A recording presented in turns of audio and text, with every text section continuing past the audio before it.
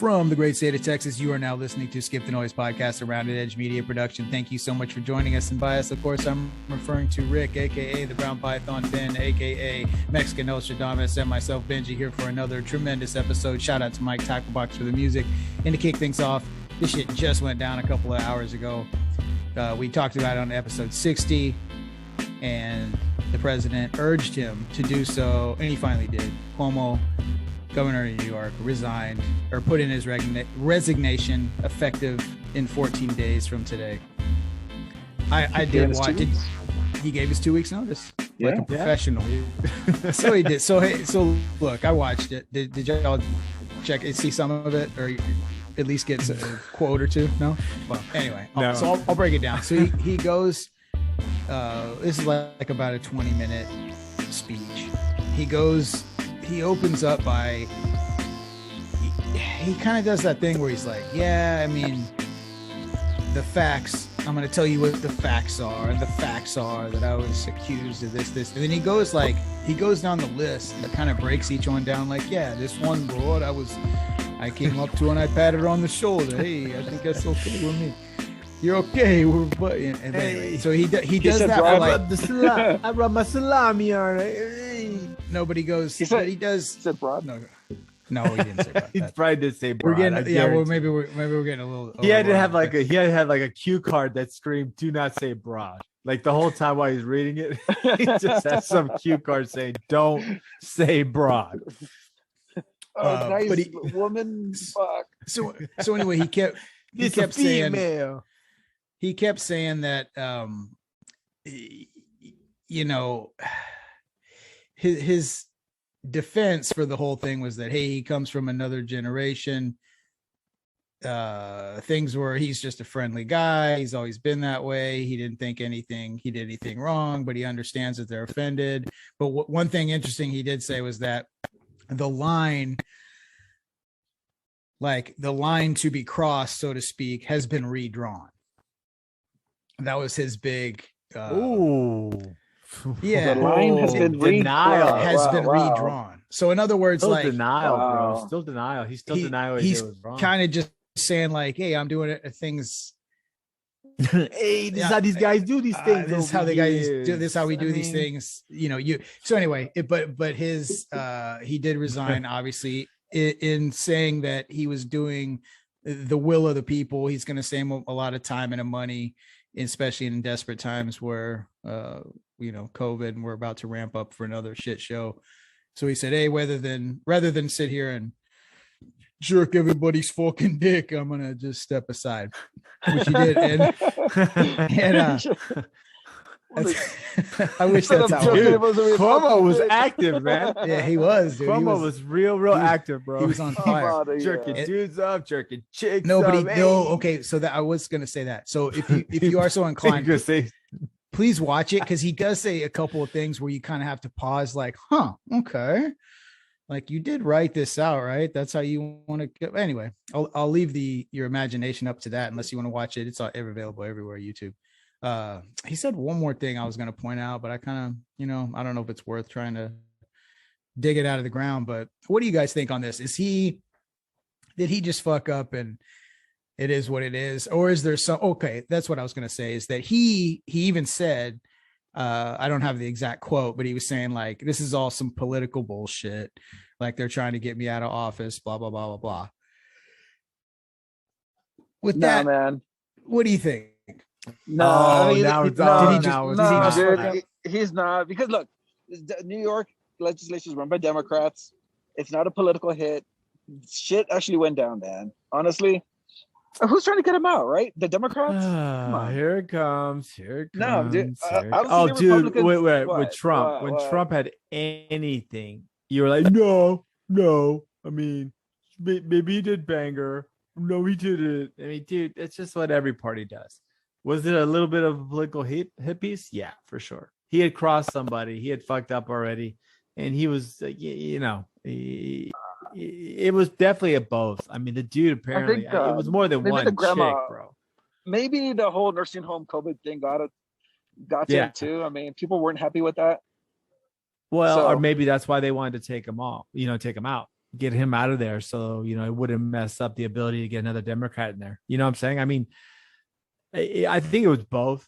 I think you probably there is something to be said about these political hit pieces. They definitely hit him up, but yeah, I think in the end he was kind of touchy feely with some girls, and just did the right thing. I mean, how it goes, dude. That's power, right? Men in power are shitty. Well, I mean, women in power are shitty. Look at Merkel, but a couple of the English queens. But people with power are shitty, and they just feel like they can take whatever they want or do whatever they want, and that's just another situation, right? He just was feeling himself and feeling everybody else. So that's how it goes. That's why Mike Pence had it right, though, man. You don't go anywhere with another woman unless you have your wife next to you. Oh yeah, he also believes that women should wear veils at all times. That's not true. And they should wear dresses to cover every inch of skin. Yeah, bro. Hey, you know what? He hasn't had a sexual harassment case against him yet, so something's working with Pence over there, and maybe Cuomo should have just taken some hints from that. Bro, Pence is like a hop, skip, and a jump away from being a serial killer. I mean, I wouldn't be surprised if he murked a lot of people. Like, if you look at his dead behind his dude, how does he talk? Like, he would have vice. He would if that was true. He would have murked Trump already, man. No, dude, no. He murders all the people around Trump. Like, that's what's going to start happening. He's going to start taking them out slowly, and he's going to leave like just blood stains on his underwear. Like, dude, Pence is kind of scary, man. Pence is that quiet guy in the back of the room where you're like, oof. Like, the rumors start going off. Scary that dude shows up to a meeting with some broad. He's gonna have his wife right next to him. That's all. No, he's not, dude. That broad's gonna be dead by sundown. That's not true. That's not true. He wouldn't do that. She's gonna be dead and buried, and he's gonna be sitting at home eating a pudding pop. That's our boy Pence. I don't know. Maybe are we still mad at him? I still don't know. Are we still mad at him? I don't know. Yeah. But... the reality is how many times has Pence looked at himself in the mirror while washing the blood off his hands? I mean, that's really weird. That's the real question.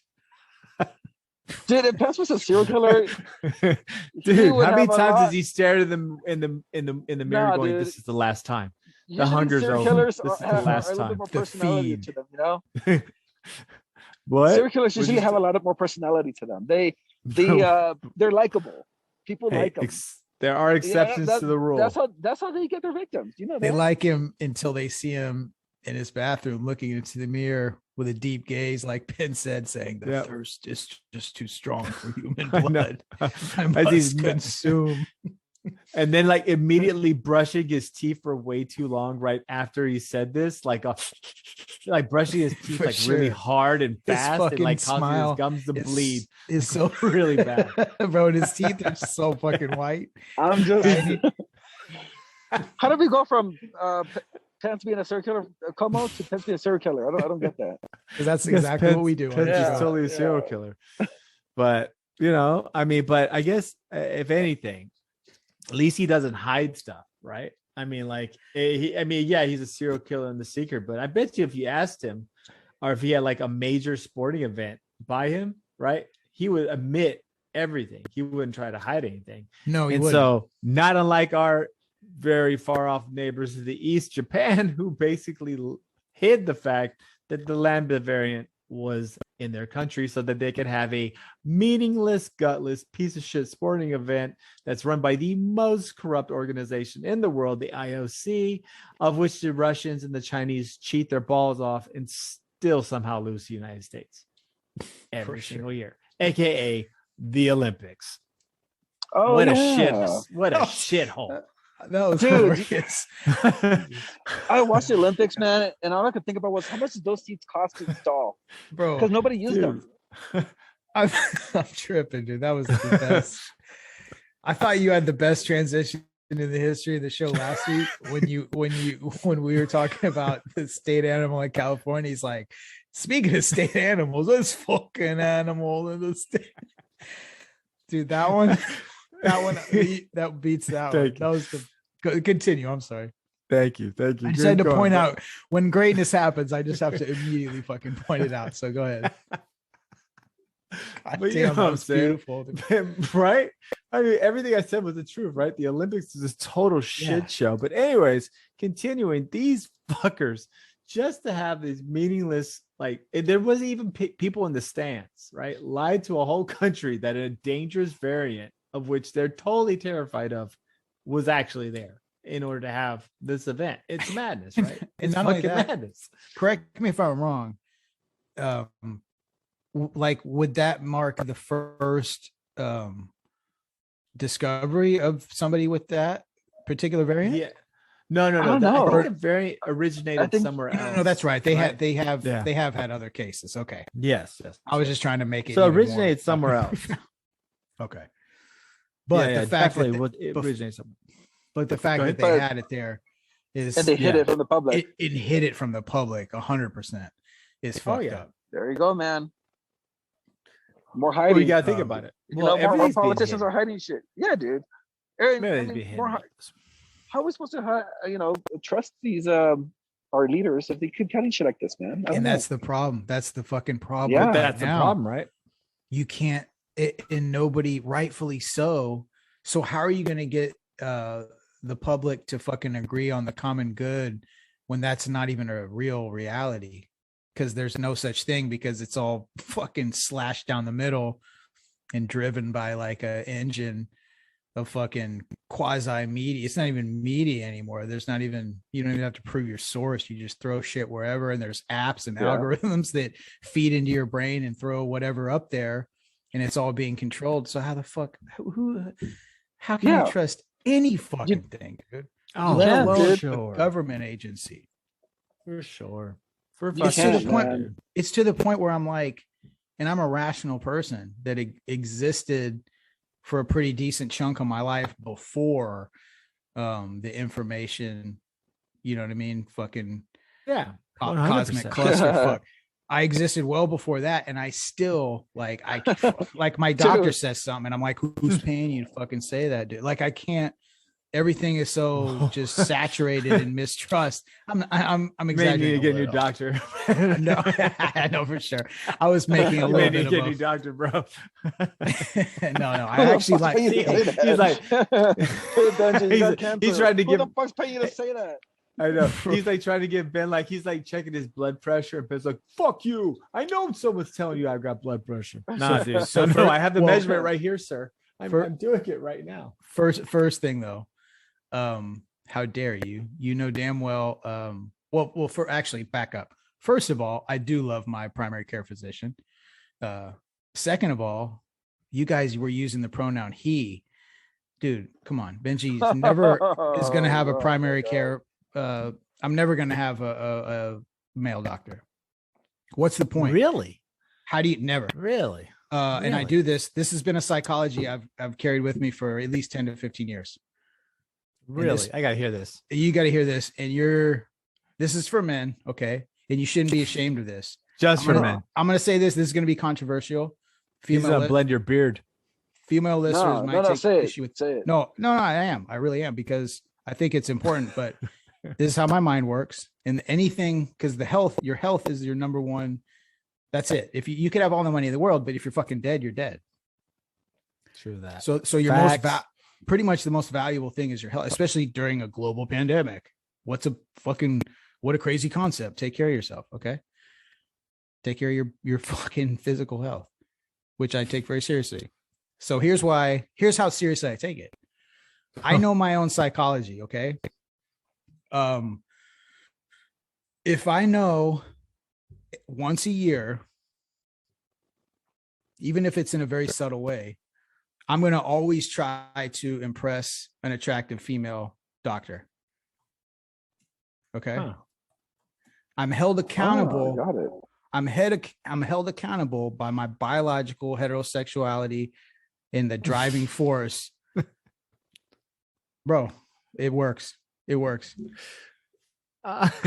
Every time. I get it, man. I get it. You want to be in your best shape to impress this attractive female doctor. I get it. Jesus. Even in a subtle way. And it's not like that drives me all fucking, you know what I mean? Like all year long.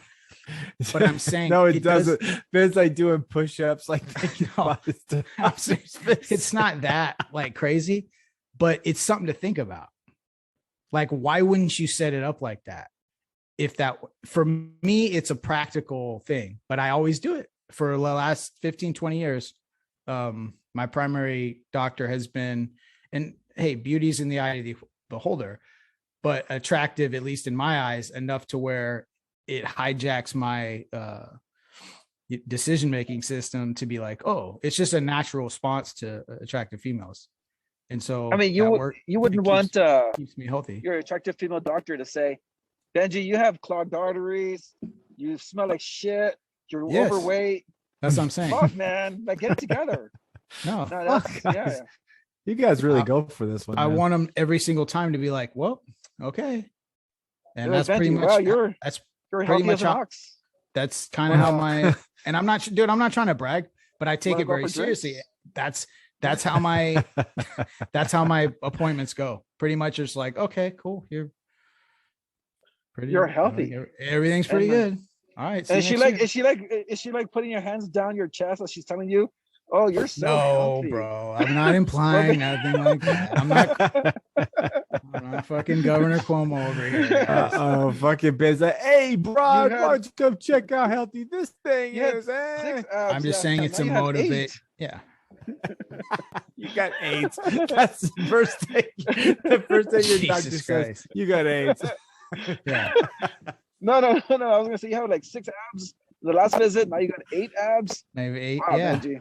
You got it. What's going on? The first thing is you got AIDS. AIDS as soon as I sit down. Hey, I don't know. I just get a vibe. I haven't run any tests.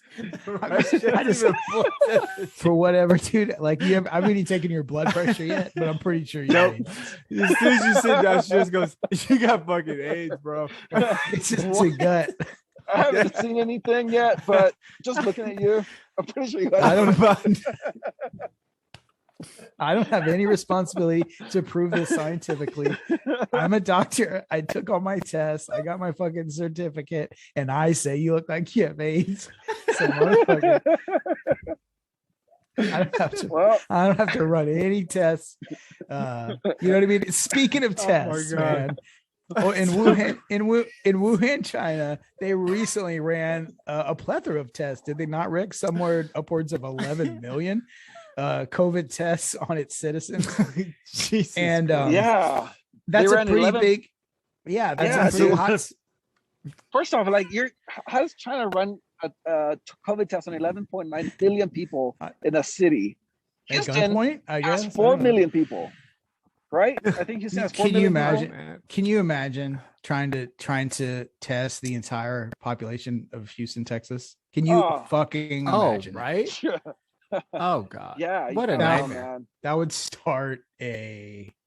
I mean, you'd have some serious gunfights going on. Yeah, that would be. But anyway, so 11 shit would turn into fucking Libya, dude. It would Libya. Like in 30 seconds.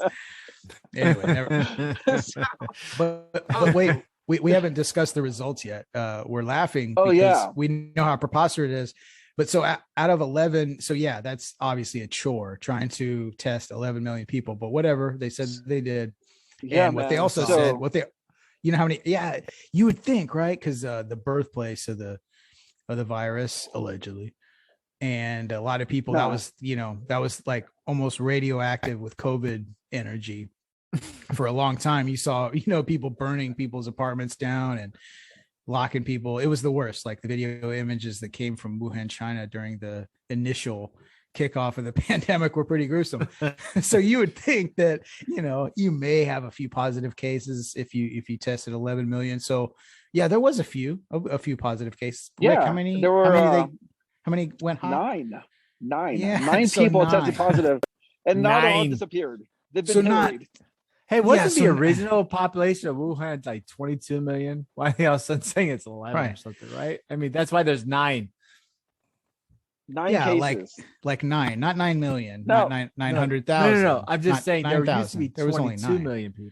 Right now, there's 11. Now there's 11, but 9 of those tested fucking positive. How much you want to bet there's gonna be 10 million 999,991 by the end of the week. So what are we looking at? Is this full of shit? Is this CCP fuckery, or is this the fact that, or is this the most amazing case of herd immunity working? All right. So Ben thought that that's fuckery. They're lying their asses off. There's way more people with COVID in Wuhan. I get that, but I think I was telling you guys, I think that it's just natural selection, and because the virus started in Wuhan, I think that everyone that was going to die from it has already died, and I think they have natural herd immunity. I think Darwinism took over. I don't think so. I'm not trying to say what Darwin took over. Darwin took over. That should be a fucking t-shirt, right? Darwin took over, and you're just all like flexing and shit. That's the awesomest flex phrase. I'm evolution's best creation. Darwin took over. Instead of Jesus take the wheel, Darwin took over. Anyways. What do you think? I don't think it's fuckery. Makes sense, right? I don't think it makes sense. I think it's bullshit. I think because the 9 people they tested were the only ones they couldn't find to kill. That's what they were coming up with these preposterous numbers during the middle of the fucking pandemic. Like, oh, we tested the whole neighborhood and there's only 3 people that have it. Like, what are you talking about? Like, your ERs are filled to the brim. It's like, oh, you mean our re-education camps? Yeah, to let people understand they don't have COVID. China's fuckery when it comes to data is really the only thing they do well, right? They come up with the most bullshit reasons for everything. Like the Uyghurs, their logical explanations of situations and their numbers are always fake. So anything they say, I don't believe. So if they're going to tell me that they have less than a 1/100th or 1/1,000,000th of a percentage of COVID, where everywhere else in the world are at least around 5% right now, it sounds like horseshit to me, man. There's no natural selection on that. They're just lying. Well, I'm still thinking, how the hell did they test 11.9 million people? Right. That's what That's where it starts off getting weird. Like, what? Then they tell you the results. Oh, only 9 people would have COVID. Like, it sounds like back to the 11.9 million thing. Hold on a second. How'd you do that? Well, the same way they have elections every year. The CCP has 99% approval rating. Okay, sure it does. China's fuckery with their voting and everything's pretty fucking dude. Yeah, they're full of shit. They're just trying to say, they're just like we've all been saying. And if you're new to the show or you don't, you have these opinions about this thing was 100% created there.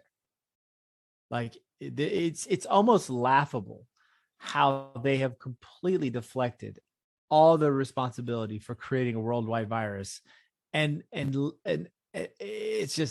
laughable. So this is just another pin in that cap, Oh, and the best part, did you see the authors of that article when I sent it to y'all? No, I didn't take note. I'm sorry. They were they were both hardcore Chinese names. Oh, cool. Written for CNN.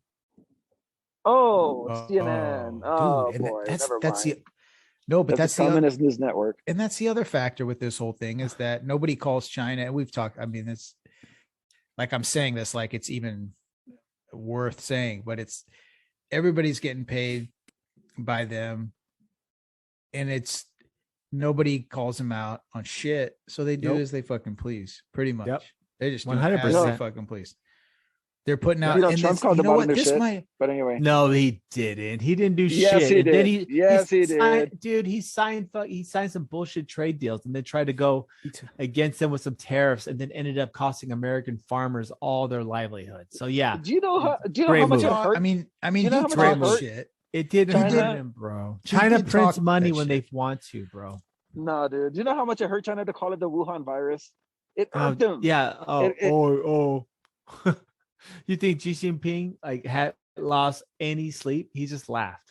He just laughed at him. China, like you said, dude. Well, of course. I love how you stroke the Chinese cock when you're talking about how they're playing the long game in Afghanistan, but they're not playing the long game here.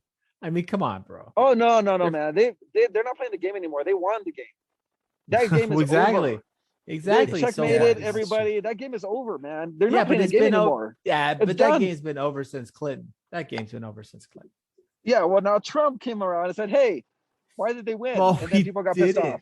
Oh, instead, but he allowed the Russians to backdoor us and then take even more parts of Ukraine, dude. You know what else? You know what else they have, dude? I was thinking about this. Not only do they, we were talking about how like Uyghurs and shit, and of course we've and I think we mentioned on this show too about how they, harvest organs and make people disappear and they're never recorded. People that defect from North Korea, and they basically just slice them up and divvy out their organs and cash out to people from other countries that come in, and then also damn man, I had a better point, but and they have North Korea, right? They've got them. So dude, it works out for them perfect. Okay. So you have this crazy fucking upside down dictatorship with nuclear weapons. How convenient to have this little crazy fucking stepbrother over on the side that just, well, who knows? He could fucking do anything. Do you see how fucking crazy that is and how scary? Because they're in China's pocket. Like, it's an extension of China. Oh yeah. China promotes North Korea existing. North Korea would not exist if it wasn't for China. Do you understand that? And the fact that it does exist, and they've got this crazy fucking whoever's in charge. If fucking homeboys, his dad, whoever takes over that, it doesn't matter. The person doesn't matter. They already created this fucked up, like I said, the little crazy stepbrother, there's the loose cannon, the fucking wild card. So if all of a sudden they decide to start fucking missiles start flying, it's North Korea. But no, it's China, dude. China decides what the fuck they do. Oh, when that missile flies, 100. Yeah. That's 100%. 100. Hey, well, you got other countries in Asia now that are pretty pissed off at China because they're building those islands in the South China Sea, and they're not allowing the fishermen to go in there and fish for their countries.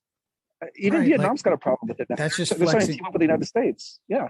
Yeah, they're flexing, like they're just creating those to dominate the you know what I mean? Yeah, dude. Like 100%. The word I'm looking for. They're moving forward, man. I mean, they haven't won the game yet, but they're very close to winning the game in the South China Sea. Yeah. Everyone's pissed off at them. Well, I don't know. Philippines, Vietnam, Thailand, all of those. Anyway. I mean, look at it. Especially Thailand. Thailand hurts, man. I want to see Thailand succeed. I want to go over there and check it out myself one day. I know, Rick. Hey, come here, man. Just bring it in. Bring it in closer. Boy. We'll go, buddy. Oh, this is where you're going. We'll go. This is where it's going. Okay. Let's do it. We'll make a show from Thailand. Keep the dream. Okay. Yeah, keep the dream alive. Don't give up on your hopes. Went south. Yeah, it always goes south. It's a perpetual southward motion. Oh, we take it into. But we never had a class in this show. I don't think. I mean, don't worry about it. Was there ever class? Oh, okay. As I say, no, we've never had class. Come on. We sprinkle class in. Hey, we don't show these fucking class, these fucking guys. Yeah, no, we don't. We sprinkle it in by none. Yeah, we interject it here and there as we please. But just like you know what interject stuff everywhere. What does fucking like that crazy technology known as CRISPR? Wait, didn't you get like? I tell you, we're saving that for the I thought we were gonna hit CRISPR in this one. You want to hit it in this one? God. Fuck it. I don't care. Let's do it now. Let's do it now. It's underwear down. Take that down. Take that. Yeah, take that. Underwear is off. Here we go. Oh yeah. So I got a Facebook ad like today. Okay, hours before we recorded this. Saying, hold on, let me actually because I want to read this shit. Well, took some screenshots. That's a genetic thing. All right, go ahead. Yes. Yeah, so and I think we may have talked about CRISPR, but if you don't know what CRISPR is, it's basically a genetic manipulation. I don't know what the fuck would you even call it, like a system or like gene sequencing, I guess. An application basically to splice, almost like you're running code on a fucking computer code on the genetic makeup of a living creature. So the potential for this, and they've done it, obviously, big surprise, China is involved. But or at least that's what you heard the initial reports of this being used, and them making some crazy shit in the guise of like, hey, we're going to cure these diseases, we're going to do these genetic things, right? We're not playing God, no, because we've got an ethics committee that oversees. Well, anyway, I'm getting off topic. So I got this ad, and it says that you can apply via Harvard for this online course, an 8-week online course where you can study gene editing, and you can learn about basically, like, it tells you how to market it. Like if you were some sort of entrepreneur, or not an entrepreneur, but you're acting on behalf of some entity. It teaches you about like the systems and like what it does, and like what are some of the possible uses of this thing. But the way it's selling it, it's like, let me pull up my little notes, because I immediately sent this to Jeremy, and we were going fucking. I was having a like out of body experience with this shit. But it's advertising this. I'm sorry, just to finish the thought. Yeah, so it's advertising you to take this online course via Harvard to learn all this shit about gene editing applications. Like, how long is the course? 8 weeks. So 8 weeks to learn about gene sequencing and manipulation. Yeah, what could go wrong there? Hey, he's not that fucking hard, eh? So you'll walk away. So Rick, should you take this course? And I can go all kinds of directions with this, because yes, let's just, before we even get into what it is, how weird is it that like, and we know about Facebook ads, right? They're very, very, very targeted. So why am I getting this? Why am I getting, why am I being targeted to enroll in this 8-week course online, mind you? Oh, I'm sure they're not going to take any fucking information from me. Yes. Oh, damn. So here's what you walk away with. Should you take this? You walk away with a solid foundational understanding of CRISPR and its potential across the economy, adeptly addressed by Harvard's VPAL. I'm not sure what that stands for, in association with Harvard X. Okay, so that's like a non-sentence. That's like, you know what I mean? Fucking talk to me here. Valuable insight on how, here we go. Valuable insight on how CRISPR is affecting global issues in the biotech, agricultural, pharmaceutical industries, and knowledge to further explore investment opportunities. Huh? Jesus. Okay, 3. It's very wordy. It is wordy, right? But like, there's I don't know what you just said. Well, I will. Sounds like a fucking. No, this is all kinds of fucking what weird. What is happening? What was that whole sentence? Step 3. That was a word salad, man. Actually, that was a fucking run-on. Pretty sure. I'm pretty sure it was. That was him hitting that middle word button on the text message. Yeah, that's kind of, well, I mean, that's kind of like the language I speak, so I deciphered it very easily. So here's the thing. Why are we? So what is this? Is this? Fuck, what the fuck? Okay, so why are they advertising it? Like, hey, you want to learn more about CRISPR and how it's gonna fuck up humanity? Or are they trying to promote, like, are they trying to whet the appetites of the people that make decisions so they get on board with this shit? So we can drive the propaganda and, what's the most probably name recognizable learning institution on the planet? Harvard. Like, it's synonymous with this motherfucker's smart. This motherfucker went to Harvard. So they put Harvard's name on it. All right. They're going to tell you about CRISPR. What could be more educationally credible? You know what I'm saying? Like, if you're talking about automobiles and you're like, fucking Ferrari, you know what I mean? It's like that shit, type of psychology. Global issues in biotech, agriculture, right on the heels, or not the heels. We're right in the fucking ball sack of the fucking part 2. It's like Jaws 2. Like, this is the sequel, like Pandemic 2. Here we go. We just took our masks off and got comfortable for 2 months. Nah, motherfucker, we ain't done yet. Right in the heels of this, they're talking about CRISPR. Vaccines didn't do bullshit. Vaccines didn't do shit, did they? Huh? Delta 8 is running through these motherfuckers. Everybody you know got vaccinated. Delta 8. And Delta 8. Did I say Delta 8? Yeah, that's awesome. That's hilarious. Everyone's getting fucked up off of fucking COVID. Got motherfuckers eating fucking munchies all the time and fucking and just having the middle word sentences for a week.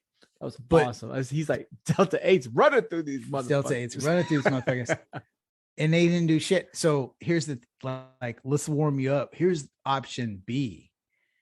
They're already, do you see what I'm saying? Like they're already like, fuck, I guess the vaccines didn't do shit. Let's rearrange motherfuckers' DNA in real time. And we're going to teach everybody how to do it and get everybody used to it and give the credibility of a institution like Harvard behind it. Like, in other words, the fuck was that doing on my face? Like I didn't, you know what I mean? Dude, yeah, because I feel you. I haven't seen. I mean, I'm not on Facebook very much, but I don't never received that before. I'm on Instagram. That's crazy shit I ever heard. Like someone's trying to get you to invest in CRISPR technologies and like learning about it. It's just like, dude, that's just really fucking. What is this? What is this? What is this campaign? What is this campaign to get people on board with CRISPR? Like, is this a PR campaign for CRISPR? Like, and like the ethical, one of the things that advertised too. Hold on a second. Let me read. Sorry, dude. This fucking thing has me all kinds of like, they're like, explore the ethics and various market opportunities of this, by its own definition, market opportunities of this disruptive technology and develop the vocabulary to communicate. Dude, what? Hey, so check it out. They're creating CRISPR salespeople is kind of what this feels like. But you know what CRISPR stands for? It's something complicated. It's like clustered, regularly interspaced, short palindromic repeats. Good job. That's some racist shit. It sounds racist. This just sounds racist. Cluster fuck. That's what it should be called. I mean, it's playing Hitler. Oh boy. I mean, maybe I don't know. When you said it was racist, I took it to the next level. No, I don't want to say. I don't. Fucking guy brought up Hitler. No. Boy, here we go with the Hitler talk again. But it's even about a Hitler. It's even more. You gotta talk about a Hitler. But it's even more fucked up than that. You see best face. So I was trying to process all that. Nazi supporter trying to backpedal his repeats. But anyway, so look it up. You can look up this Harvard program where you can look it up or tuck it up. That you can get you turned on to the CRISPR lifestyle. That is pretty hardcore. In 8 weeks. So yeah, dude, I think I don't know, man. That's weird. I think you should click it. Go down the rabbit hole. Dude, I ain't clicking that. Hey, if we had a show budget, I would say sign up for it, but we don't. So can you just use your own money and figure it out? You know what? Now that you mention it, if it was funded by an outside source, because I ain't paying for it, I would definitely do it. I'd take the 8-week course. Dude, you should still go down the rabbit hole. Let's see how deep this shit goes. Any Skip the Noise listener with a little bit of extra funds to throw around, if you actually want to send me to this school, I'll go. Ben's gonna end up in the middle. He's gonna end up in the middle of some like lab in North Korea where they're like doing these crazy CRISPR like experiments and shit. I'm gonna be hanging this could get out dark. I'm gonna be hanging out with guys with fucking dinosaur T-Rex legs and shit, regular humans. Oh, nice, dude! I love that. And they're just like hauling ass, running across the field at like 45 miles an hour, and like, this is your investment. I want raptor legs too, man. Sign me up for that. I want raptor legs. I need him. I don't think. Imagine, dude, I could just like call people out when you're running around. Raptor legs for? What do you need your raptor legs for? Oh, raptor legs. I thought you were saying what do you need them for? Like, dude, why? What do you do with raptor legs? Like, I mean, you can do a bunch of shit, like run and fast, and kill things with your toes. I mean, come on, dude. Anyway. First off, really, raptor legs? All this medical technology. all this medical technology that can create anything, and you choose to have raptor legs. I love Hell it. fucking yeah, man. I love it. Yeah, I love it. I think Oh boy. I'm gonna sign up for that course, man. I'd rather have tiger claws. Fuck that. Yeah, that's cool. Fuck that. You're gonna That look is weird. cool. You have a normal hand with big ass claws. Tiger claws. Like, yeah, he only has the claws, but regular hands. Regular hands. People like the claws. People Big are like, ass. oh, what the dude? You're gonna scrape the shit out of yourself. You're gonna end up killing yourself one night when you like have a bad dream. That'd be badass. Big ass fucking badass paws with fucking claws. Shit, they're all orange and white and black and shit too. Like right up until the wrist, it's normal. Oh, nice. But then fucking even the hair fades in, like it just kind of fades Shit, all yeah. in. Dude, that'd be pretty dope, but not really. Yeah. No, I think tiger claws would be the. You know what? You and Rick win first and second place for the worst uses of CRISPR technology that you would volunteer for yourselves. So you guys should take a fucking round of applause because enough with the cancer shit, man. We need to have like some real shit, you know? you motherfuckers would probably get octopus arms and shit. Yeah. See Rick walking around like fucking Squidward. I've seen enough anime to know what to do with those. So boy, dude. Okay, once again, Rick again shows what part of the web he belongs to, because what part of the web because he's he watching belongs to. fucking anime, like what octopus porn. That's dark. Porn. Oh my god, Jesus! Imagine what he would do with those suction cups. It would just like it'd be horrible. Oh yeah, I know. Yeah, it's not totally just possible. the Exactly. not just And the Rick 8 came. appendages. It's the suction cups on the appendages too. Oh god, I mean, this there's just the fucking labyrinth of possibilities. dude. This is Very nice. This is not. I don't think this is healthy for you, Rick. I don't think watching any show that depicts sexuality and octopus arms. I don't think. I think you need help. Well, I mean, I think we're gonna I have do. to get you some need- help.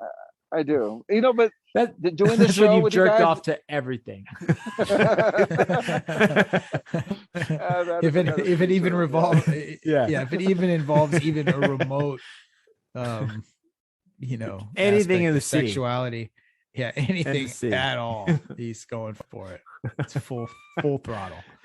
He went through all of the porn in the internet and ended up with octopus porn. Like all that's of it. as far as it I've goes. seen it all. I Yeah, haven't slept in years, man. Yeah. How that goes. he had like a little achievement thing, like you get on fucking PS4, where it's like, Oh right. you've reached the end. Like you've literally seen every.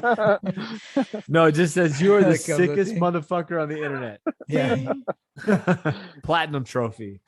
Hey, but doing the show with you guys, this is more like therapy for me. It's much cheaper than having to hire somebody. So hey, it is whatever it is, and however it helps. That's great. It doesn't. I love how matter. your therapy does. I love this therapy concept for you. This is awesome.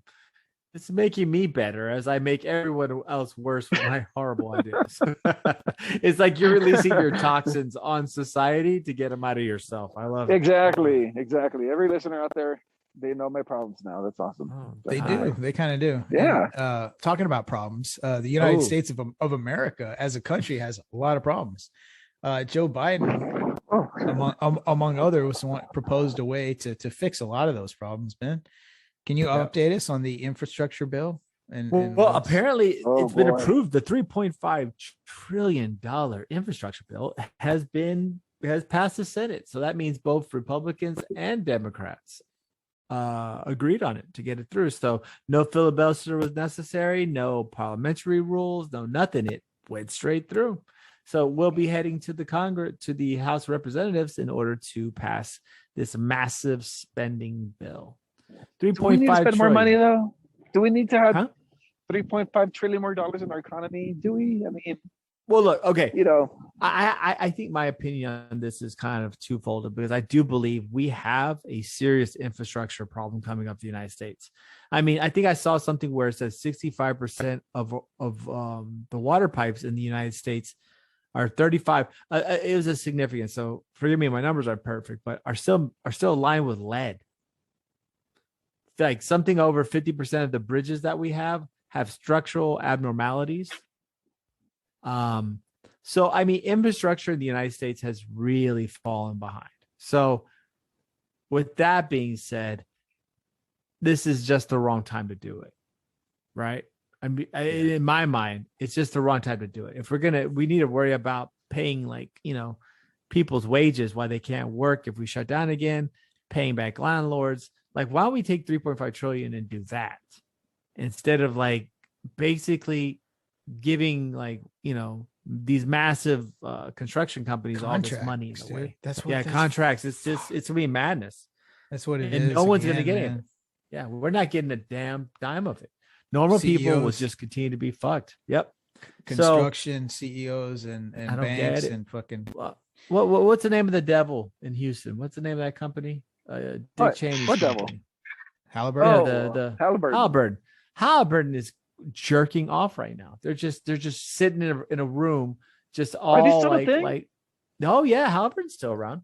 They went dormant, but their stock actually is pretty active. They still have a lot of contracts, man. So if you don't think that they're going to get their hands on some of this infrastructure rebuild when that is what they do when we go to war, that's craziness. So it's just madness. So and I don't agree with this bill at all. And then they put in a couple of provisions to kind of appease some people, but with a progressive agenda, but really it means nothing. It's all another waste of just unbelievable, ungodly amounts of money. And it's not going to help anybody today or tomorrow at all. Your life will not be significantly better. This is like a fucking 30-year thing. Yeah. This isn't shit that. Yeah. Dude, I agree. I agree. It's crazy. No, but also what they tried to include in there was also a regulation in DeFi loans. You guys know what that is? No, DeFi loans? Yes. Yeah. The I don't. Okay, so basically a DeFi loan is a decentralized financial loan that you use crypto with. So things like Ethereum, Bitcoin, whatever. If you have enough of those assets, you can actually use those assets as collateral to get a loan. And it's all done through AI. It's all done through the internet. There's nothing, there's no consideration to credit score or anything like that. It's actually pretty freaking cool because right now we depend on banks to give us loans, and those are banned by people. Of course, people talk about systemic racism, so I'm sure there's some of that going around too. But I'm going through infrastructure bill. Yeah. Well, anyway, so this Senate bill does well. So this Senate bill controls that market, and so what it essentially does is it makes programmers of DeFi algorithms. They have to sign up as brokers. So what they're doing is they're moving this industry into Wall Street because who are brokers? Wall Street. So that's what they're doing. And the idea behind it, or the concept behind it, the reason they're doing it is because they want to raise money. They want to be able to tax it to pay for this infrastructure bill. So I don't know, man. I mean, it's not doing anything good for the people financially, and it's actually hurting what might be a very good market emerging. It's going to create some serious competition for the banks in the future. But by regulating it, by telling everyone that who's working on a DeFi loan algorithm that they have to be brokers, well, your computer programmer isn't a broker. They don't know anything about finance. So anyway, they're moving that industry towards Wall Street. That's what it looks like to me. So anyway, the people got fucked again. I mean, yeah, it's gonna suck. I know what you're saying. They're just moving it back into the hands of market control analysts that are basically gonna hold the line. But I mean, a lot of these things need to be brought back into the fold.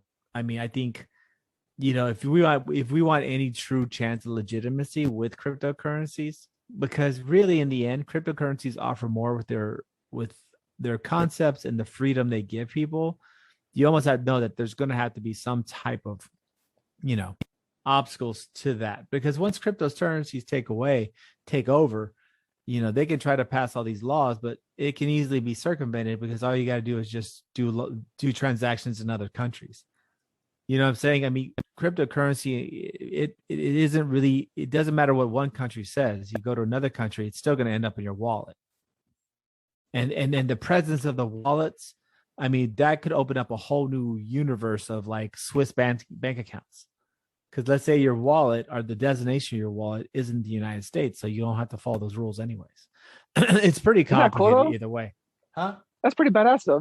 If you made some Think money, about it. Think about it. You have it in cash. You move. You go to Mexico. You move it to a wallet in Mexico. You don't even need to go to Mexico. Just get a VPN. Channel it to Mexico, to whatever country you want to go to. Open up a wallet there. You're done. You don't have to pay taxes. Anyway, I'm just saying. Don't take my advice. I'm not a financial counselor. Whatever. So don't sue us. But look into it. But you know what I'm saying. I mean, in the end, the cryptocurrency, they can try to do what they're going to try to slap these constraints on it, but it doesn't really matter, right? I don't know, man. Cryptocurrency. It's a great blockchain. There's nothing you can do about it, right? But once it's released, it doesn't matter. Oh, I gotta do my logarithm. Of course, the big guys want their cut, but in the end, it's still the opportunity to let it expand everywhere, even with this crazy, markets or whatever. It's not going. It still can't stop it. Cryptocurrency itself, even with those things, is still going to belong to the people. It's kind of the perfect thing, man. I don't know, man. I don't know. I mean, China outlawed it. Do you think it's an underground market for it in China? I mean, they outlawed Bitcoin and cryptocurrency, so. Oh, 100%. China's. You think it's an underground market for that? No, well, China's black market, in their underground market and in their black market, that's their real market, right? I mean, well, I saw somewhere like almost their whole nation economy moves in and out of the black market. So yeah, they may outlaw it, but like you said, it's really still there. They just do that as public face, but in reality, they're, all their billionaires are moving ungodly amounts of it and farming it. Yeah, and that's the thing. Do they do that specifically just so they can move it invisibly? Oh, yeah. You know what I mean? Yeah. Like that's the thing. So they can control it probably better in the black market than they can on the up and up. I mean, think about it. How are these guys getting like all these goods and all these things? There's a massive thriving black market in China that's always been there. I mean, it's been there since, fucking antiquity, if you really look at Chinese history. So it's part of their whole fucking system. So yeah, no. That they say, oh, we're taking care of Bitcoin. Sure. Just like they're taking care of a lot of things. You know what I'm saying? So of course, it's an easy way to make money. Bitcoin as an update, and all these cryptocurrencies. Another amendment passed the Senate, made it to the Senate bill. So that's a good thing. The Senate's not going to mess with it. They're not going to touch it. They're going to pass it on to the House. So it's going to be up to the House to see how they want to regulate DeFi loans. So that's good. I mean, they didn't touch it. One less thing to worry about. But I don't know, man. It's coming. DeFi regulation is coming. Taxation is coming. So anyway. Well, yeah. I mean, pretty well, but that's everything, though. It had to be. It's going to happen. Come on. Hey, do you guys know who else adopted Bitcoin as their currency in South America? Another one bites the dust. Who is it? Yeah. Is it Paraguay? Or another one joins the movement. Paraguay. Uruguay. Nice. Uruguay. Great football team. Hold on. It's Uruguay. Oh, Uruguay. I know that's tough. Oh, yeah. Those are. It's easy to get those two confused. So we forgive you all the time. But Uruguay has announced that they will now accept Bitcoin as a legitimate form of currency, which is awesome. Nice.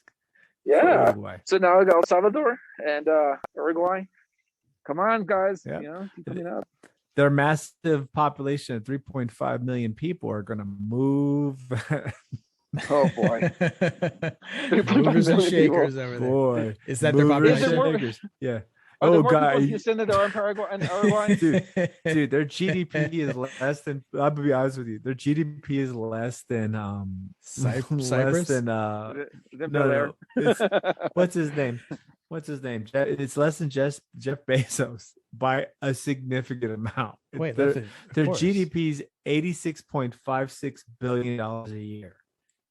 That's how much we're just talking about spending on freeways this year normally. Yeah, dude. I don't think Uruguay is The last time they won Olympic gold medals, I love this little fact page I pulled up, was in 1924 and 1928. What was the event? What they win? It didn't say. It just says it. The literacy rate is 98.1%, so they can read. Dude, there's some educated people right there, man. I'm sure Houston's like 20%. Yeah, I'm sure those statistics are legit. Maybe. What the fuck? Oh, dude. Better than What? DFW. That's closer to 2%. That's like Kim If Jong me Un. and me and Jong-un Amy has leave DFW, it's over, dude. 100% They're gonna have approval rating. 1%, right? I know, Well, right? Uruguay Literacy has rate DFW is 1%. Uruguay has the longest national anthem, and dude, this is Dope. pretty fucking gangster, man. Like these guys are pretty cool. Hey, did they have an Oh, extradition oh. treaty with the U.S.? Because I need to know Yes, that real quickly. yes, they do. Oh, fuck that. Well, actually, no, wait. They revoked an amnesty law that protected military officers from persecution for crimes committed under military rule. That's great. That's Oh, badass. Who like knows? Nazis? Who knows the capital? Who knows the capital of Montevideo? No, fuck! I just gave it. You just Fucking- gave Oh, it I away. know, I was Uruguay. I Montevideo. did. Montevideo. Chinga. What's the official language? That makes me smart. It's Spanish there. Yeah, oh, it's pretty sweet, dude. I got a lot going on here. That's pretty crazy. You Pretty know what we should crazy. do? That's- We should that's start pretty good, man. every episode. We should go to highlight Uruguay. a fucking random country and Dude, teach I'm our telling listeners about some random shit Yeah. they wouldn't know otherwise. Oh yeah, they have the. It's pretty amazing. Pretty amazing. I want to visit it now. That would be nice. It looks beautiful. There's got some good beaches. They only kill people at like after 7. It's a purge every night. That's about it. That's how they keep the Okay. population down. Rick's like, I was I'm gonna going. say, Could yeah. you see Rick in I a need that. purge? He would just explode. Oh, He would have 2 chainsaws just covered in goo, just like murking everybody. It would be scary. Fucking- it would be nice. It would be Oh nice. boy. I had a little Hitler in art school. With that, it's probably Yeah, time let's- for a let's break. take Just going on a little break, huh? I No, think break so. it, break. I got Breaky my break. balls. We got some. Yeah, we'll just go on a little break here. Nothing much to say about that. I thought we covered some pretty significant ground. And that's what they did. Sure yeah, did. we'll just save the rest of the. I was going to go on another little rampage, but I think I'll hold it.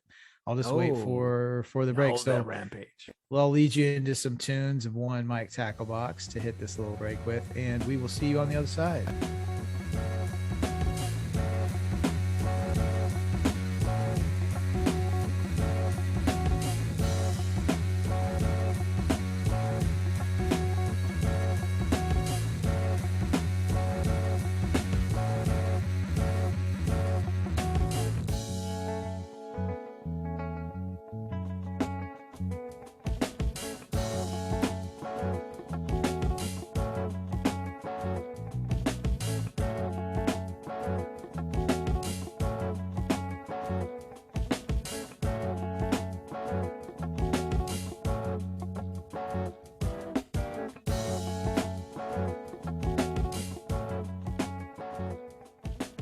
And we are back. And you know, one thing I realized when we went to break is that I forgot to mention once again, Rick, aka the Brown Python, is recording from on location. However, I am happy to report that unlike last week, episode 60, where he was held captive by kidnappers, he has managed to break free, but he's still running around the globe. What the fuck? Where are you, Rick? Where are you recording from? Well, you know how I asked you about the extradition treaty? Well, I'm in Paraguay. Yep. Damn it, I know it. Oh, Yeah, God yeah. damn, that's so interesting. You know, I had to escape, man. The FBI never called back. They were supposed to call back with the negotiation and never did. So God, Start I'm running, glad I you know. gave you all those things about Uruguay, so then that way you're ready when you got there. So glad Right. you got all those Yeah, man. tidbits. he was I so wanna be a ready. professional. He's so ready. He went to the wrong country. He went to fucking Paraguay. He went to Paraguay first, then he went. Yeah. to Uruguay. Oops. That's not the crypto haven, bro. You got to move I over. went to the wrong place. Fuck You know, you, Went to you know- the wrong place. You know what Yeah. happened? he was flying in and he saw all the fucking police cars because Paraguay has an extradition treaty. And he's like, no, pull up, go the other way. He told whoever was flying the chopper, like, no, go left, bro. The chopper. Pull up, go to the other Guay, because this is the Guay where I can go to the other Guay. It's the other Guay. Fuck, bro. When we start our compound and we ratify our own constitution and create our own country, it's going to be called the other Guay. The other Guay. The other Guay. The Omega Guay. Just to really the like Omega that Guay.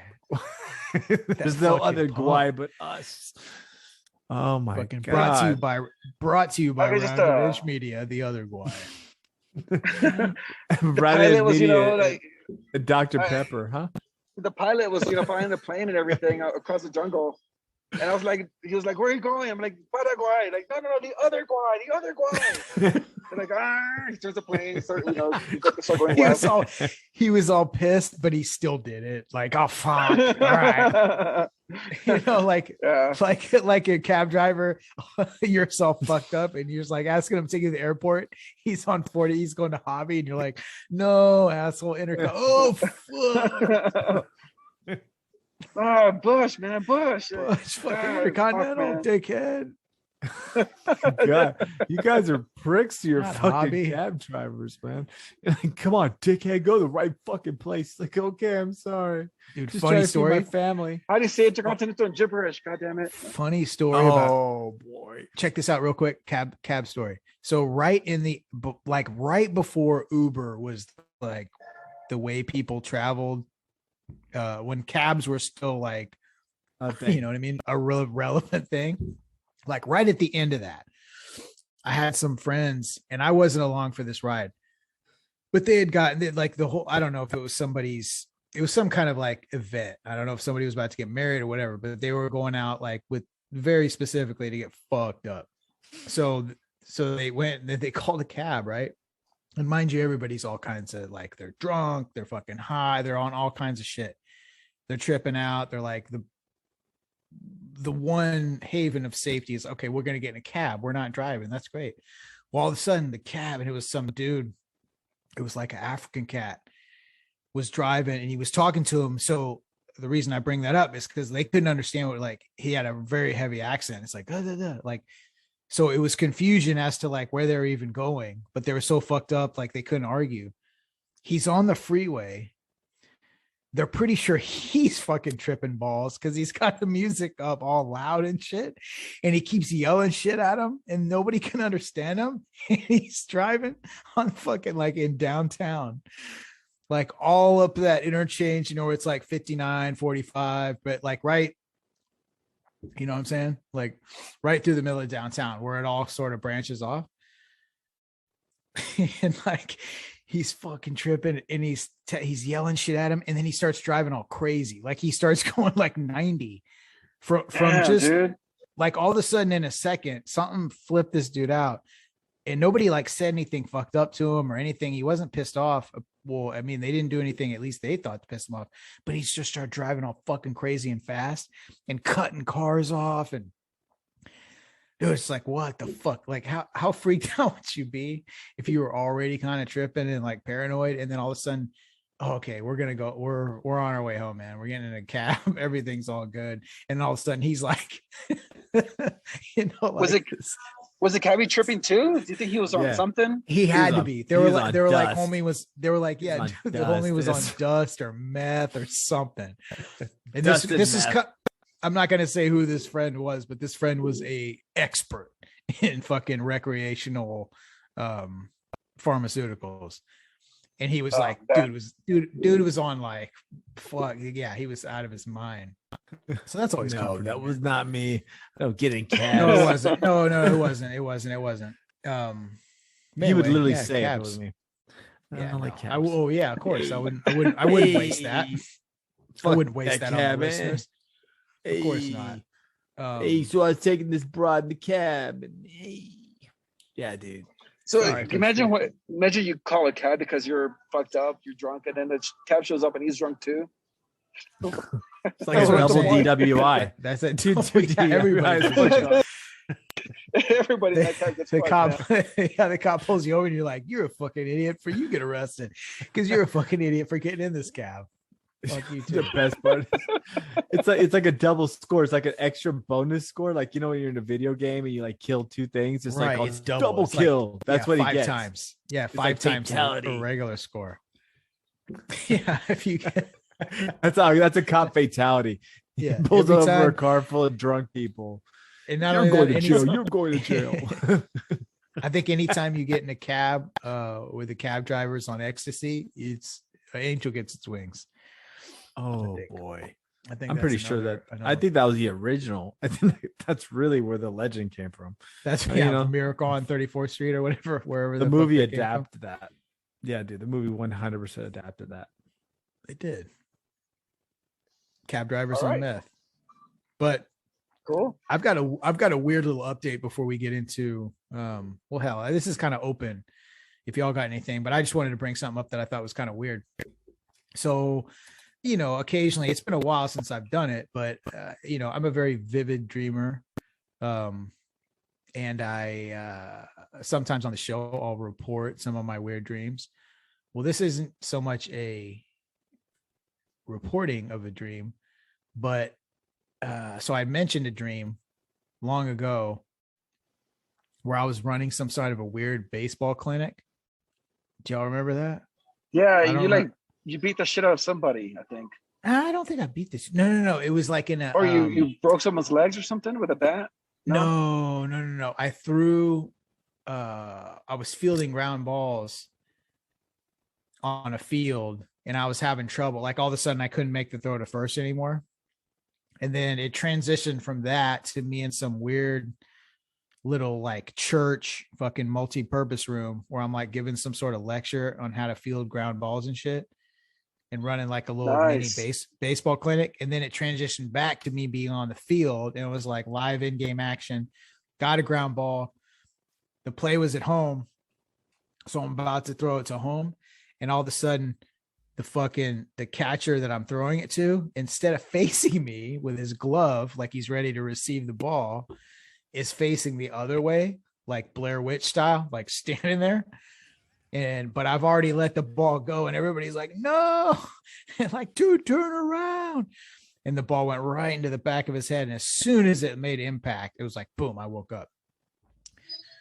So anyway, my whole reason of saying that is, remember I was telling you about that shit where I was like running like a little mini baseball clinic and I was doing all these things. Yeah. So I had this weird case of fucking day. So anyway, so our company softball tournament was initially scheduled for October 3rd. So all of a sudden, dude, like I find myself back on the baseball field, and I'm like the most experienced player, pretty much like amongst the entire group. So just naturally, like I didn't intend to really like coach or whatever, but just because of, you know, my history with the game and everything like that, I kind of like just adapt that role. This is in real life now. And so I'm doing all this shit, and it's so fucking weird because I'm having all these little deja vu moments where I'm like, oh shit, like that was from that fucking dream. Like I'm teaching. That's crazy, man. Yo, I'm serious. Yeah. And I'm teaching them all like the fundamentals of like fielding the ground ball and shit. Bro, you can check the like whatever episode that is. I just thought that was fucking weird, man, because I've talked about that before, notoriously on my my guest appearance on the Therapist podcast. But like dreams and shit, dude, I'm still bigging it up. Whatever, go back and listen to that shit. Episode 50. Which I remember that. But anyway, so you go back, and I've talked about this before. Is like I've had this history of dreams predicting shit in the future, and all of a sudden when I'm in that moment, I'm like, oh whoa, what the fuck, I dreamed that 6 months ago, like almost exactly how it happened, like the same feeling and environment or whatever, right? So anyway, like that just recently, I recently came across that feeling like a week ago when we were at practice, because I was going over like the same shit, like the setting was a little bit different, but it was like literally the same conversation that was actually happening in my real life that I had dreamed about like fucking 6 months ago. Man, that must feel weird, right? I mean, hell yeah. Yeah.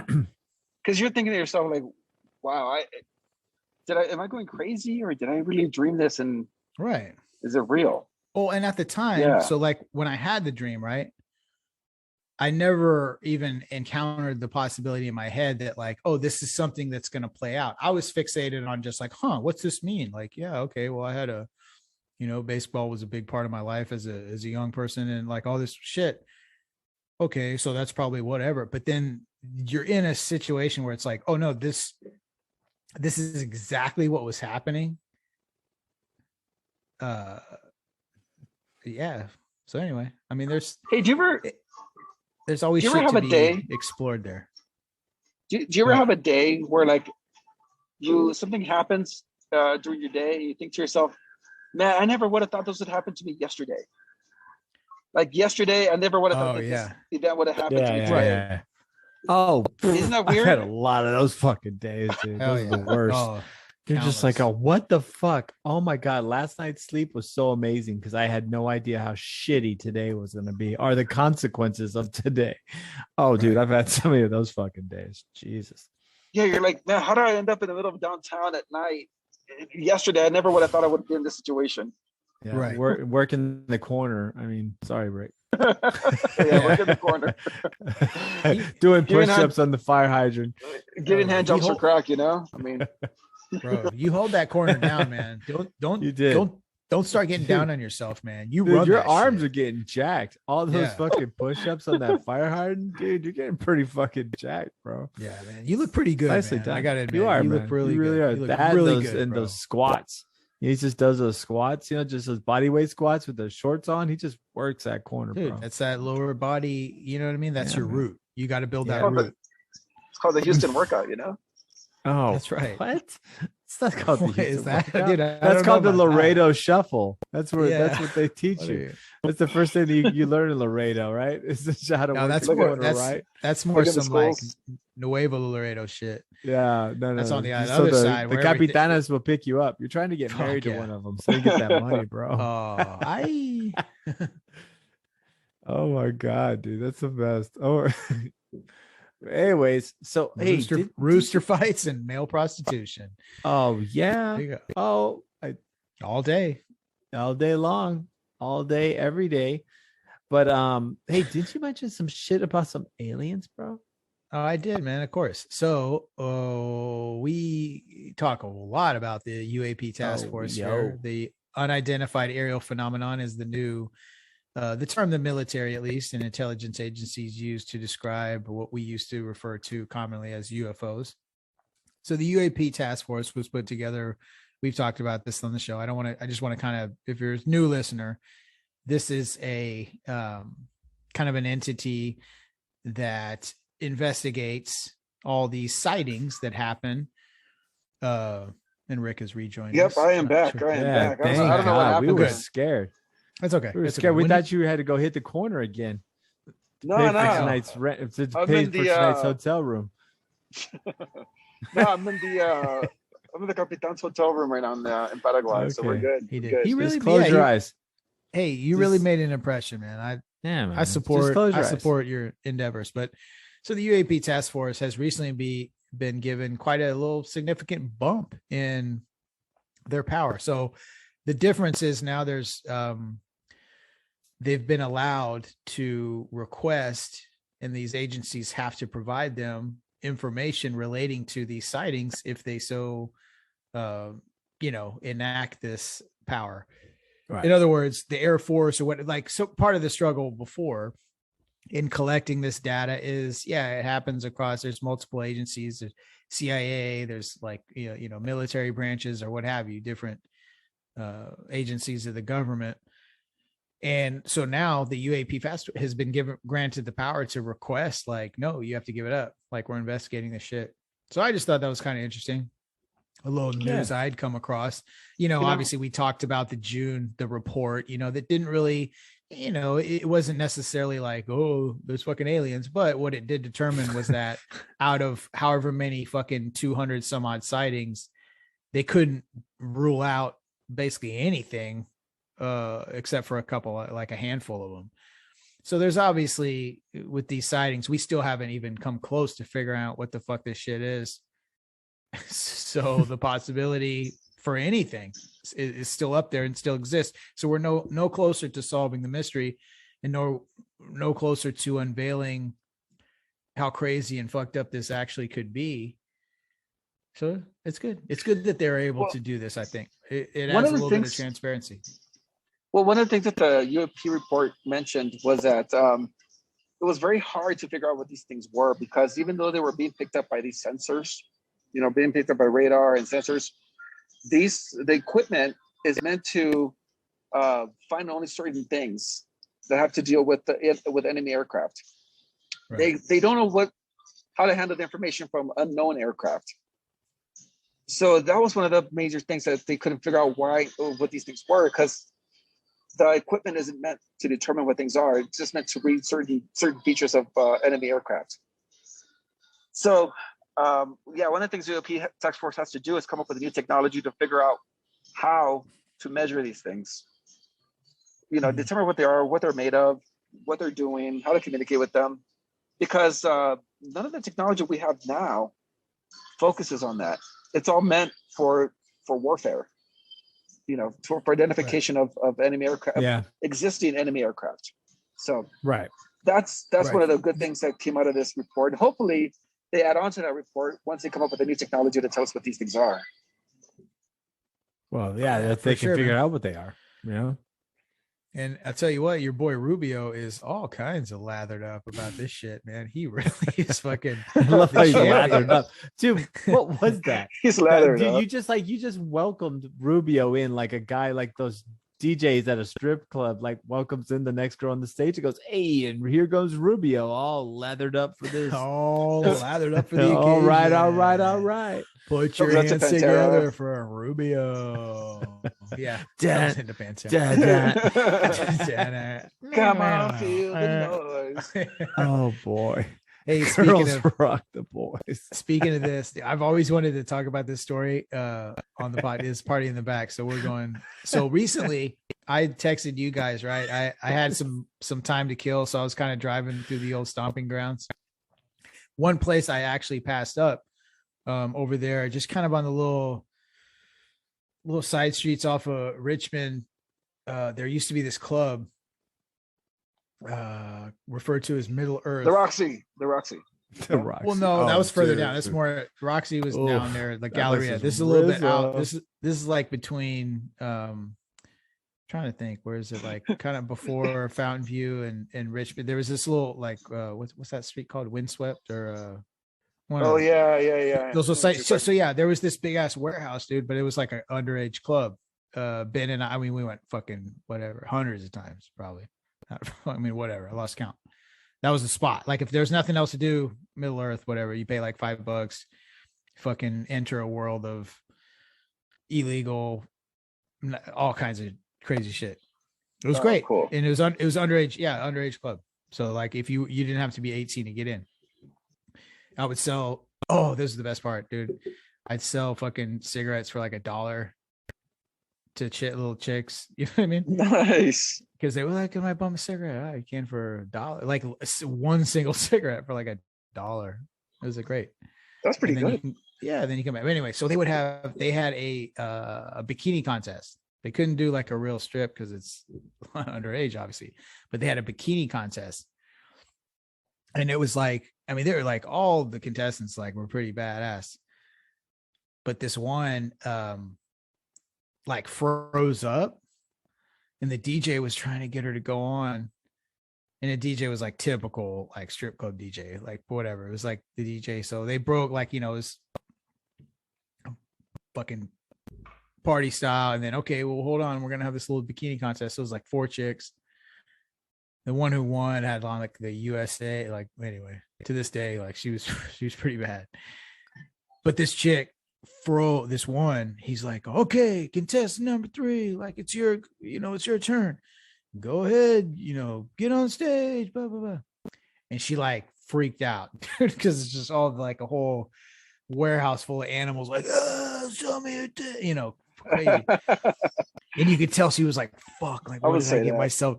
Yeah, she was like, what did I get myself into? And she's standing there just like in a panic, just motionless, like deer in headlights.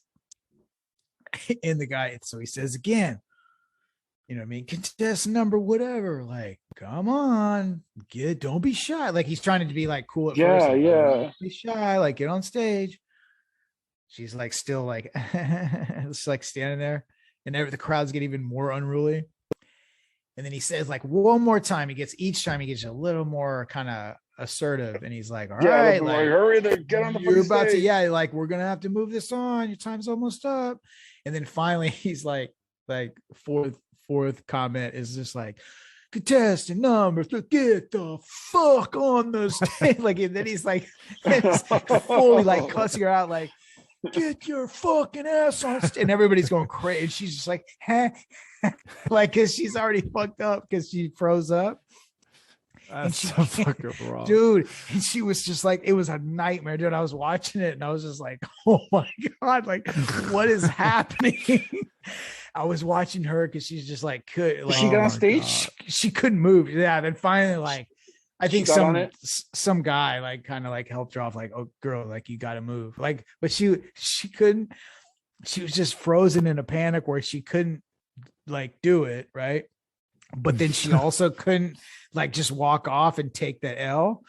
So it was just like, it was so fucking awkward, dude. And the DJ didn't give a fuck. He's just like, get the fuck on the fucking stage, you fuck, you know? Dude, Ben was there. I remember 100%, right?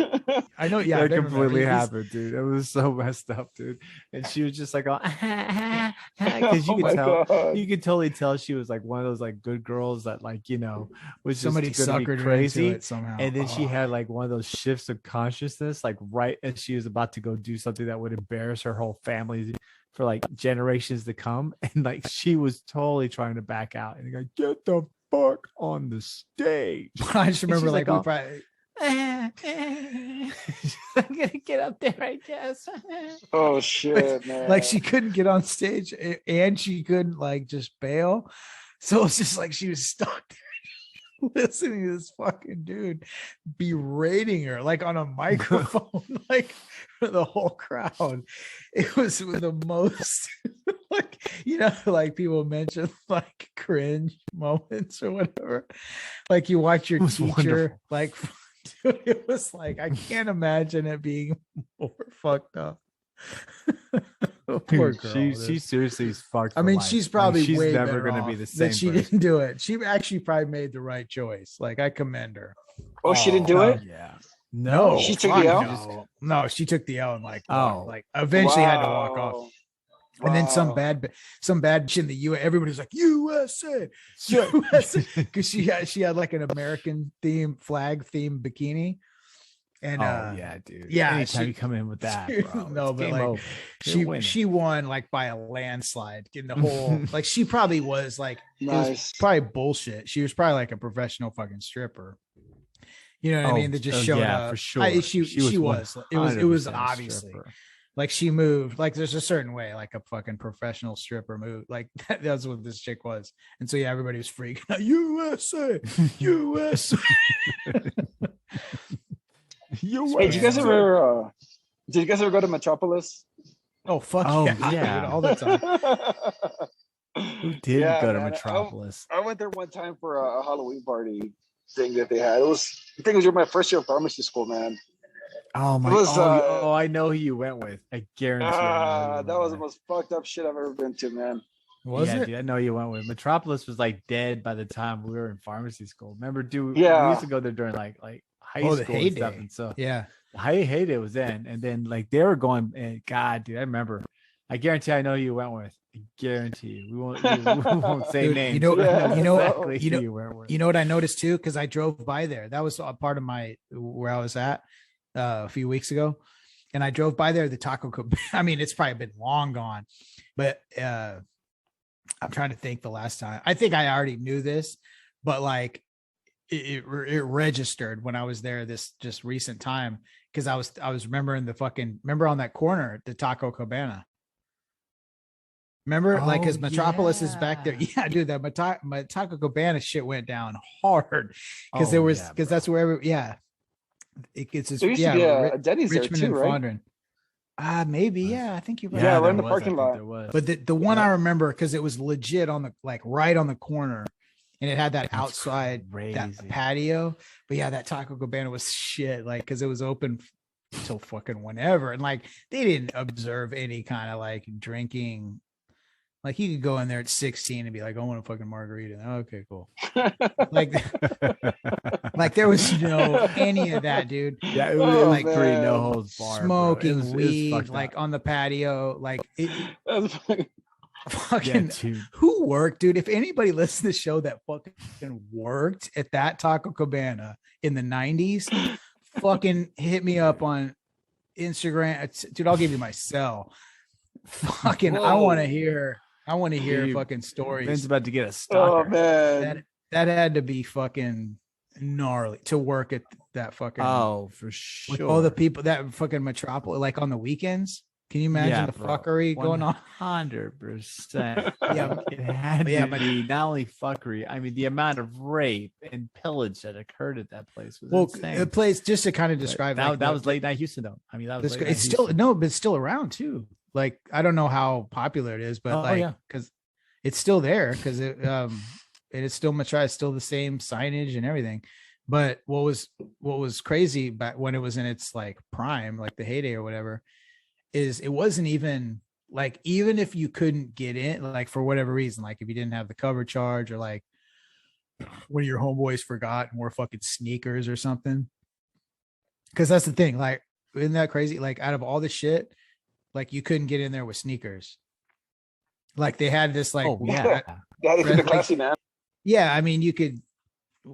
I'm not even gonna mention like all the other, but like, yeah, you couldn't wear sneakers. So, or like hats and shit. Like I remember the clubs always had these little dress code. And so, so like, okay, whatever. But you still, the whole fucking parking lot was like another like outdoor party.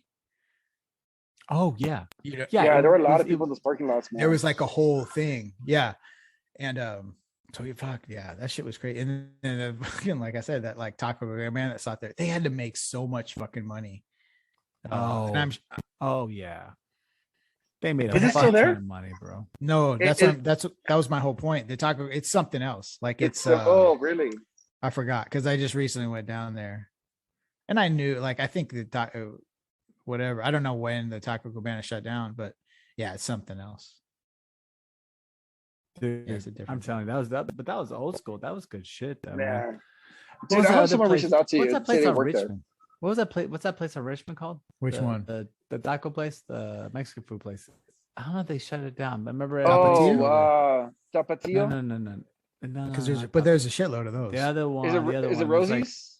Rosie something? Chingo's of people used to be there. It's past Chimney Rock, a little bit past Chimney Rock. Oh, on Westheimer though. Yeah, Westheimer. Yeah. Remember that? Oh my god, that was like a club. You give you a wristband. Remember? Yeah, exactly. And whether you can drink or not, but dude, that place was fucking crazy, dude. That place at night was nuts. Remember, all the bikers would go there. Yeah. Well, and then remember too, like we kind of stopped for a while because there was this little moment in time where like it sort of peaked in its popularity. And so you would just go like wherever you finished, like, let's say you went out somewhere, it'd be like, oh, fucking, we'll stop by Chacho's. Yeah. And it wasn't to go get fucking Mexican food. It was like, so their bar was so badass that like, it was almost like a little part, like it's a Mexican restaurant, like a legit, that's what I'm trying to say. What's kind of weird about it. It wasn't like a bar that served food. Like it was a legit restaurant. Right. But somehow it became this like after hours fucking like hot spot to where they started like at a certain point, they caught on and they just started like issuing cover, like you had to have fucking cover to pay to get in there, and then they gave you wristbands and shit. Like the fuck, but it just evolved that way. You know what I mean? That's what was so fucking crazy about that. Was it was just a restaurant that was it was open late and they had a bar, but it just so happened that like everybody like would fucking flock to that spot. So it eventually they took notice and like basically made it a club. It was so fucking weird. Like they'd have bouncers like taking cover charge out at their little patio. Like, and that just developed sort of in some weird natural. I don't know. Nobody else kind of thinks back to shit like that, but stuff like that. Like when I look back at the time, it was just like whatever. But like, that's crazy that how it just evolved because it got so fucking popular that they were literally like, well, fuck this. We'll just make it a fucking club, basically. So like during the day, it was normal. Like it was just, you go there for lunch, like people that work around the area go there for lunch and shit. But like once it's like 11 p.m. or whatever, it's a whole nother, like it's a fucking nightclub. It was. That's weird because what's the wristband for? Like you couldn't go in and out or something or? Yeah, no, 100%. Like that's, if I remember correctly, because I mean, obviously I was probably half fucking fucked up when I was going in and out of there. But yeah, we stopped going at a while because it was like, oh shit, this is like way more of a hassle now.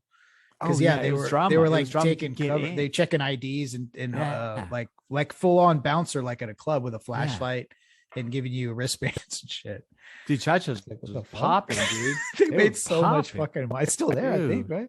Yeah, no, it's still there. It's all like redesigned and shit. Yeah, it's fucking, it's badass. Dude. And I'm sure it's different. But no, I remember it's a different thing. But yeah, it was like a club, dude. It was fun.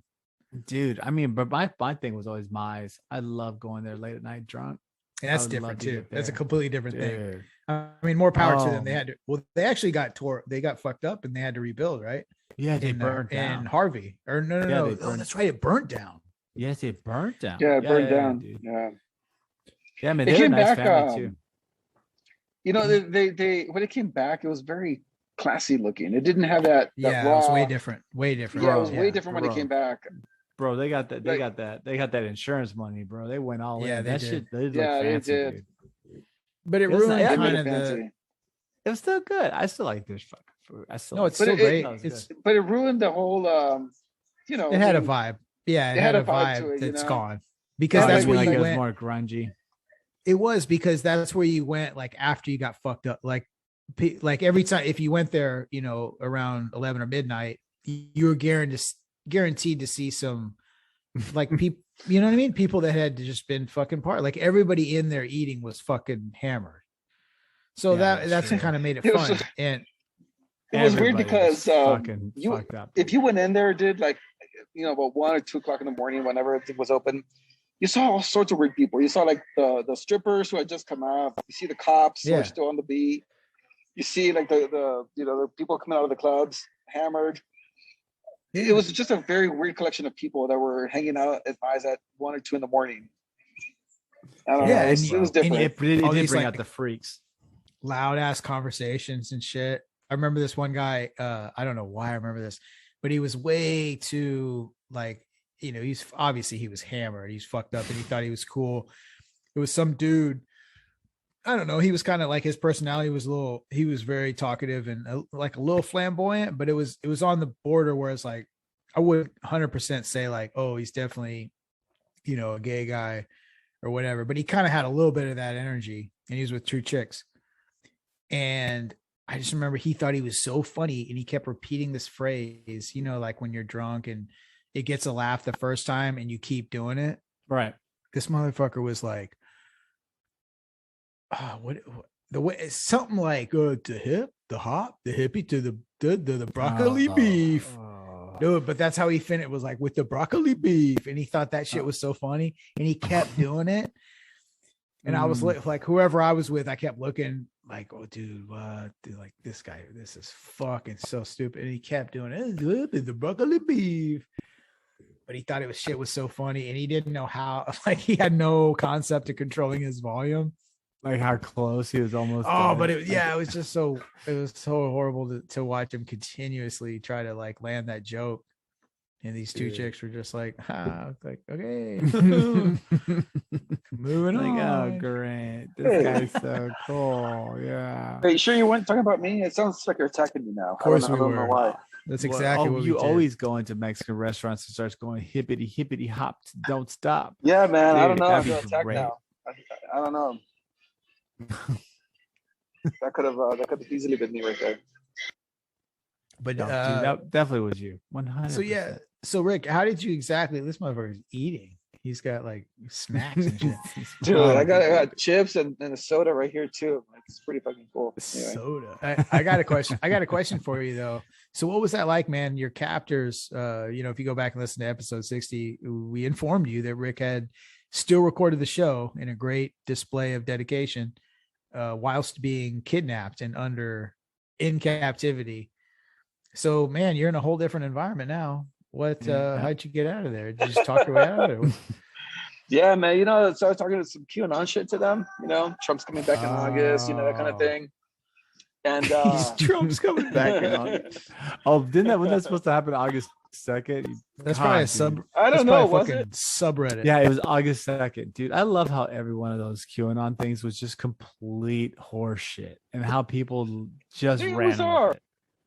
It's fucking amazing. I loved it. Can you imagine there's still idiots right now still all in on that?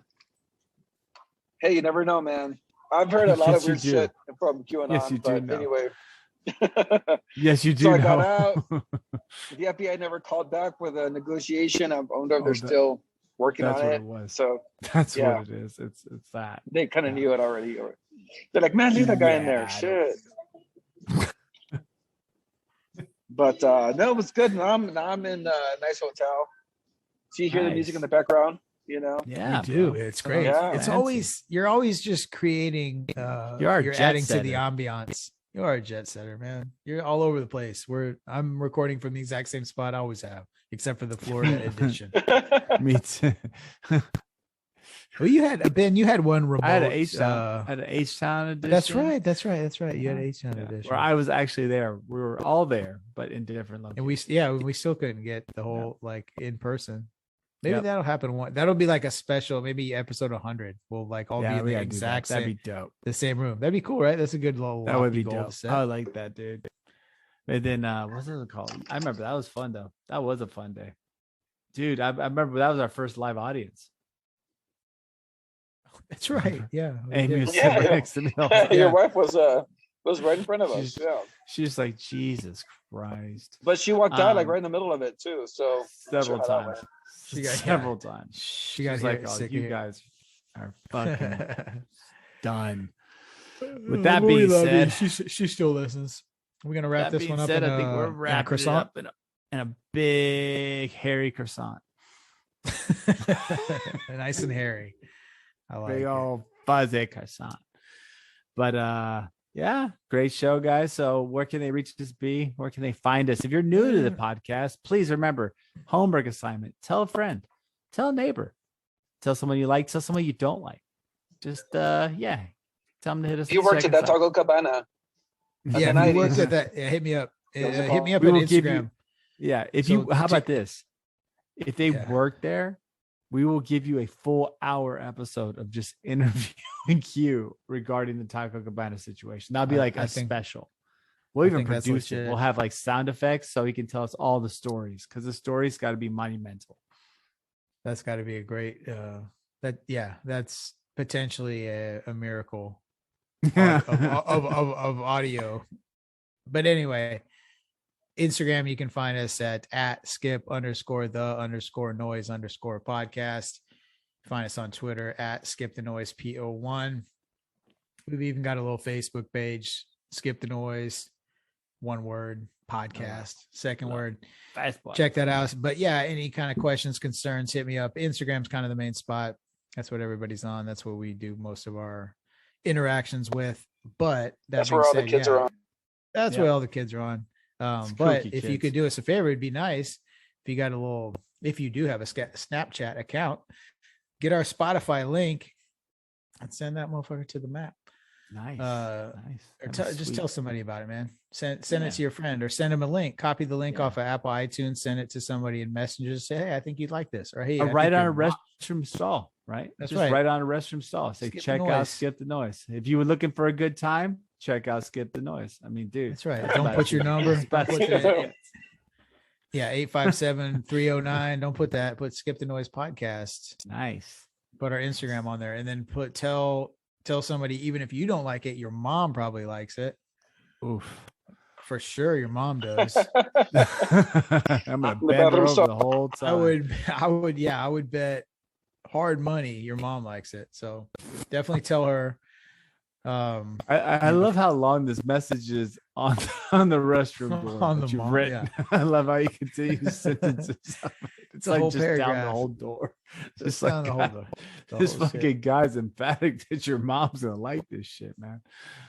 With that being said, good night, everybody. Keep it real. Represent. Represent. All right. See you next week. Bye-bye.